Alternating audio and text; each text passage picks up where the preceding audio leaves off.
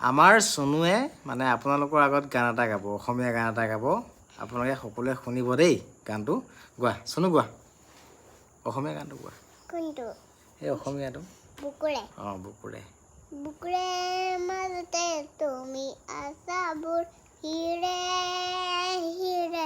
ৰক্তা হৈ একা জীৱন পথ বদালে আহে নাপালি পঢ়াহে তুমি নিখুলুকি ধুনীয়া হৈছে দেখোন পাৰিছা তোমাৰ নামটো কৈ দিয়া মোৰ নাম বিভা কোন স্কুলত পঢ়িছা মই ডাঙৰ স্কুলত